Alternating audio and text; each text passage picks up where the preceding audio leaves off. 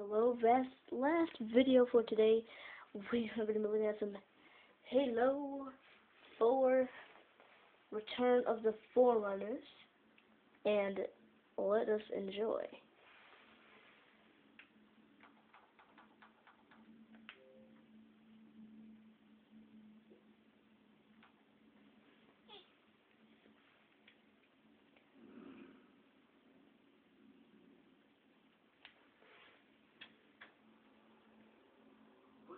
Aside awesome, we renewed our faith in the prophecy that other rings would be found, and see how our faith has been rewarded.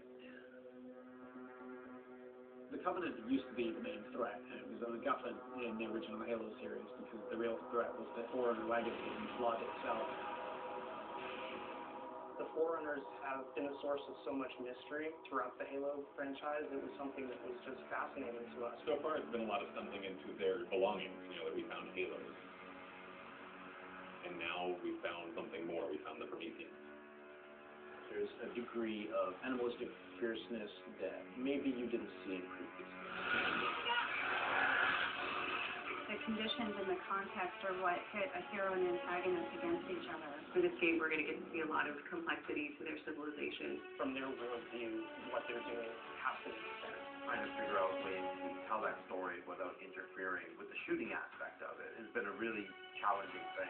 We've gotten glimpses of this Forerunner presence that was kind of always there, open as to whether it would ever erupt, and it did.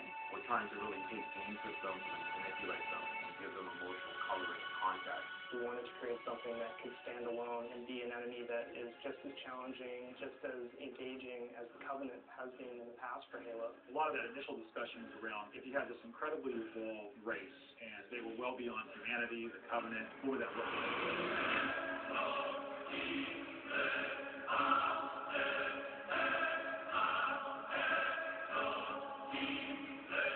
The design process for the Prometheans is intriguing, exciting, and then long and painful process. I think because everyone was so invested in what they wanted out of them. How do you imply something strong, something vertical, something different? And how could we actually add a global logical language out of that Forerunner philosophy? Anybody who's played Halo goes, okay, Forerunners is the silver angular stuff with blue lights across it. That's really the language kind of in a nutshell. For us, it was important to break that, but still find kind of like a mathematical organization. We have to do very clear separation of style, shapes, colors, right from the start. I think the Knight's been through almost like 15 plus iterations of geometry. This sheet is like very traditional way of doing brainstorming. You just do silhouettes, and then we take it and iterate some more and more and more. We didn't want them to look like monsters because they're not monsters. We had a version that looked very demon-y. His tanks on his back, they would go together and they would like flare out when the player was being spotted. We didn't want the Prometheans to look like robots because they're not robots. A version that looked very thin and spindly. We would see one, but that one looks cool, but it really doesn't convey commander of capacity. We had other stuff where they could clamp on and have these big, hulking, massive armors on top of them that would really change the variant look. For us, it was important to get into something that people could relate to, which I think is always going to be a challenge when trying to take the Foreigner language and create a character. Making sure that his head stood out, that you could see it, that players had the ability to headshot. It falls also onto animation. They were able to bring these guys alive and make it feel believable and plausible and still be very fast and lethal. Locomotion didn't look heavy enough at one point, so we scrapped everything and did it all again. A nice, 12 feet tall, so it doesn't feel heavy and menacing as if walking around and doesn't intimidate the player, then we're not doing our job. There were not a lot of real-life elements that we could take. The joints there, some of them are not physically connected. They're pulled up with the space in between them, which is some of the features that architecture has, which is big, massive buildings like floating defying gravity. We want to keep some of that mystery and kind of unknown in the character as well. We even had a little micro driver quality in here, and then all the way to where we turn these layers off. We had the glowing skull. We thought it would be more of an impact if it's like a sarcophagus. It opens up and showing all this aggression. There's certain ways to approach fighting and lead with a group of grunts, and really what we wanted to do was change that up. Covenant are tried and true. You know what you're going to get out of a grunt. You know what you're going to get from a jackal with his shield, the toughness of a leaf. Here are the brand new hooks to the sandbox. Prometheans are made up of the Knights, the Watchers, and the Crawlers. One of the big focuses for us in the design of the forerunners was to have these different enemy classes that would be able to work together. Having this dissection so that when the player went into combat, he's sort of tactically evaluating which order to take guys out. They don't act independently of each other.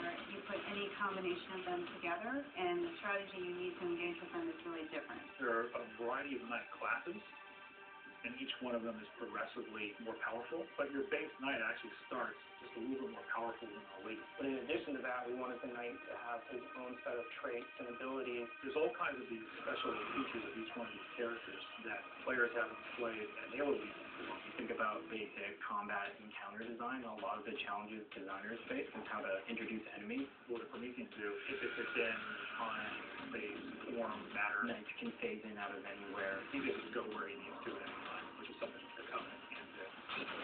Crawlers can walk on walls, walk on ceilings. If the knight shield burst, crawlers will come rushing at you and try and melee the player to get more aggressive. These certainly slot into that grunt style combatant. And so there was certainly a want to make sure that we get a lot of them on screen. If you let too many of them get together, they become a really formidable force. One-off super fun to take out all together. It's like a pack of feral dogs. Mandibles, when it screams, will actually separate and float around the air while it's howling. Animation adds so much fresh behavior to this character. It's very exciting. The Watcher is definitely a support class. One of the things we wanted to do with the Forerunner characters was constantly have them mix up their tactics and make the player react to it. The Watcher is able to regenerate knights. One of the things we needed to do when the Watcher design was coming along was make sure that the Watcher would actually fit inside of the Knight. That burst out and swap to the actual Watcher asset. The Watchers are aware of the knight's damage, they'll protect them, they'll catch grenades, so they kind of coordinate their efforts. The Prometheans feel like the most advanced of the bunch. They're able to bring all of their technology and wisdom to the battlefield. With new enemy class comes new weapon class. We literally concepted probably 200 weapons for this game before we settled on the half a dozen that went in. It's kind of like you've got that balance between humans' model of what a weapon's like and the desire to want to try and make something crazy and futuristic. We tried coming up with this perfect mix of stuff that was still relatable. We would still identify a weapon as a rifle or a shotgun or a submachine gun, even though they're almost magical. The Forerunner Scattershot was probably the first one where we really nailed the design on it. Everybody loves the hinge-action shotgun, so we tried doing something like that so that the reload animation would be to cock it up and the front half would smash together. Every time you pick up a Forerunner weapon, it forms in your hand. So that sort of kicked off the component of having these guns form around the player. So there's that moment of like, oh, what is this gun? What is it doing? And when it comes into shape, it's kind of immediately identifiable. What makes the Forerunner weapons distinct is that usually they have dual purpose. So for instance, from a bolt pistol, you can charge it up and have something equivalent to a shotgun blade. In the case of the light rifle, we actually experimented with doing dual firing modes. We tried to make it so there was the best of both worlds with a VR and a DMR. It works like the battle rifle when you're not scoped, that has a little spread, has 3-shot burst, and it works like the DMR when you're scoped, so it's like a mini sniper rifle in a way.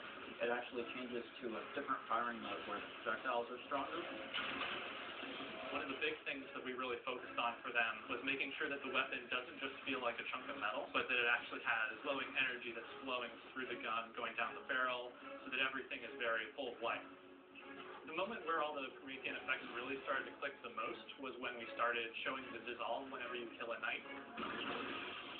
That was really when we started to feel, yes, this is something cool, this is something unique, and something that we haven't really seen before. This is an early prototype of the Knight E-Res. As the sphere expands, you see the particles are burst, and everything in the red region you see will be the crack and the erode. When you shoot and kill the knight, the actual point on the body where you did the damage is where the dissolve starts. So if you shoot from his foot, he will derez from the point of his foot up. The end result, when we blow up a knight, they dissolve, proving that the technology works.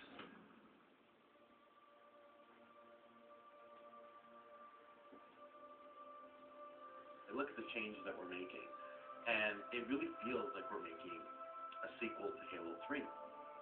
And that's exactly what we're setting out to do. We have the Covenant from previous games. We have the UNSC.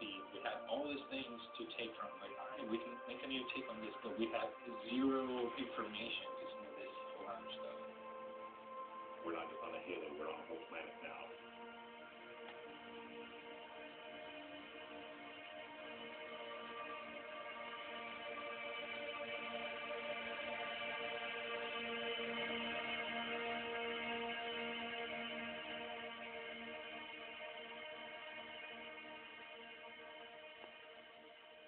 not just threatening one corner of the galaxy, we're threatening everything.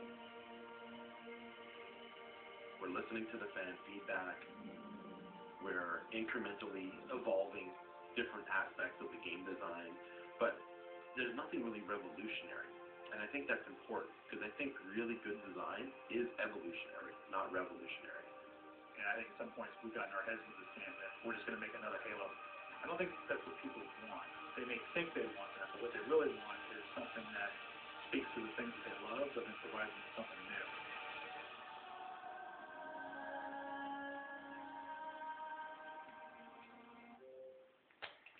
And there you have it.